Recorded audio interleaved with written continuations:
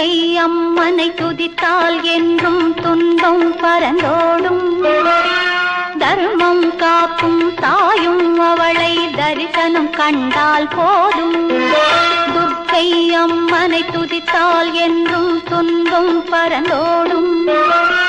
தர்மம் காக்கும் தாயும் அவளை தரிசனம் கண்டால் போதும். கர்ம வினைகளும் ஓடும். சர்வ